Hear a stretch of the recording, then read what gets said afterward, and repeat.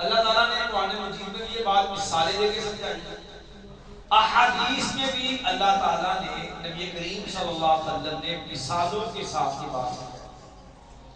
سورہ مریم پڑھنا، زکریا علیہ السلام نے اللہ تعالیٰ سے جب بیٹا مانگا نا تو بیٹا مانگنے سے پہلے اپنا معاملہ واضح کیا کہ اللہ کہ رب انی وہن العظم منی واشتعل الرأس شیبا، یا اللہ ایک ہے میری حالت کا مانگنا یہ ہے کہ میرے بال سفید ہو گئے، ہڈیاں میرے کمزور ہو گئی، میں بوڑھا ہو گیا، لیکن ولم اکن بدعائک رب شقیا،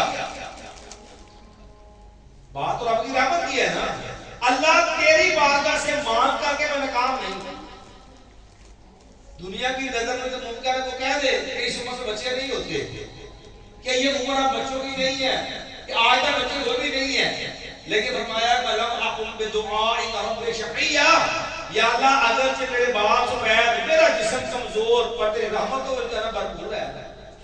اور اللہ نے صرف بیٹا نہیں دیا، رب نے بچہ بھی دیا اور نام رکھ کے دیا کہ اِنَّا نُبَشِّرُكَ بِغُلَامٍ اسْمُهُ یحییٰ۔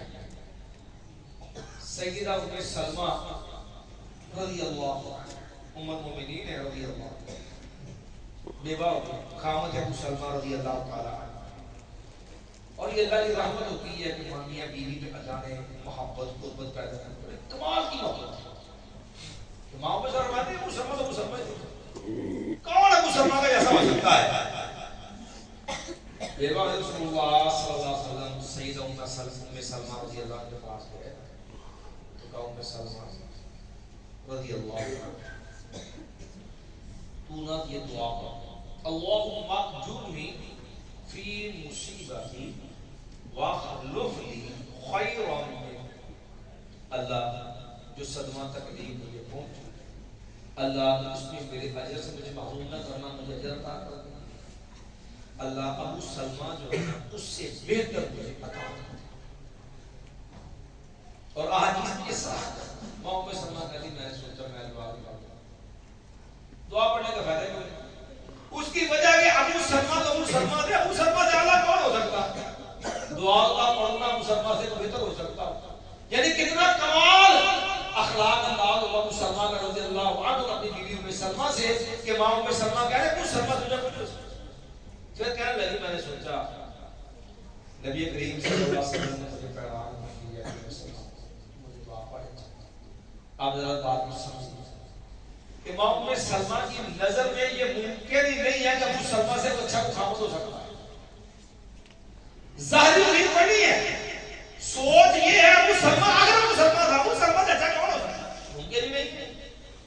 لیکن نبی علیہ السلام کا فرمان یہ دعا ہے اللہم اجرنی فی مصیبتی واخلف لی خیرا منہا، امام ام سلمہ کا اس میں بڑی شکر اللہ تعالیٰ نے ابو سلمہ سے بھی بہتر امام الانبیاء محمد رسول اللہ صلی اللہ علیہ وسلم کو خامد عطا فرمایا۔ ابو سلمہ سے بہتر ہے پوری کائنات نبیوں کے بھی امام۔ اب ماں سلمہ کی سوچ کیا تھی کہ ابو سلمہ سے بہتر ہمارا کوئی نقصان ہے، وہ چھوڑو جی کہ تو برا وہ نہیں بس چھوڑو اللہ میں کہہ نہیں کریں تو ہماری امیدیں ٹوٹ جاتی نہ بھی وہ نہیں، جو ممکن ہی نہیں ہے۔ اب ماں ام سلمہ کی نظر میں تو ناممکن تھا نا کہ وہ ابو سلمہ سے اچھا خامد ہو، تو ماں ام سلمہ کی نظر میں ممکن تھا، رب کے تو مشکل نہیں ہے۔ اس لیے کبھی بھی کوئی کام جو میری آپ کی نظر میں ناممکن بھی ہوتے جہاں ہم سمجھیں کہ نہیں ہو نہیں سکتا، یا وہ ہمارے لیے نہیں ہو سکتا، وہ ہماری اپنی سوچ کی حد تک نہیں ہو سکتا، وہ ہمارے ظاہری اسباب وسائل کی حد تک مشکل یا ناممکن ہے۔ اللہ کی ذات اسباب کی محتاج نہیں ہے، اللہ وسائل کا محتاج نہیں ہے۔ انما امرہ اذا اراد شیئا ان یقول له کن فیکون، اسے تو کہنے کا ہو جا تو ہو جاتا ہے۔ اس لیے کبھی بھی کسی معاملے میں اللہ کی رحمت سے نا امید نہ ہو، کیونکہ اللہ اسباب کا محتاج نہیں، وہ کہ جب ارادہ کرے اسے اتنا کہنا کن ہو جا تو وہ کام ہو جائے گا. اس لیے یہ نا امیدی کفر ہے, یہ نا امیدی جو ہے یہ حرام ہے, کبیرہ گناہ ہے, اس سے بچیے اور کبھی بھی اپنے آپ کو اپنے رب کی رحمت سے جو ہے وہ نا امید نہ کیجیے. آپ کا ہر کام ہر معاملہ اللہ حل کرنے کے قادر ہے. کمزوری ہے تو میرے آپ کے ایمان میں ہے, میرے آپ کے یقین میں ہے, میرے آپ کے توکل اور اعتماد میں ہے. رب کی رحمت میں کوئی کمی اور نقص نہیں ہے. اللہ عمل کی توفیق عطا فرمائے.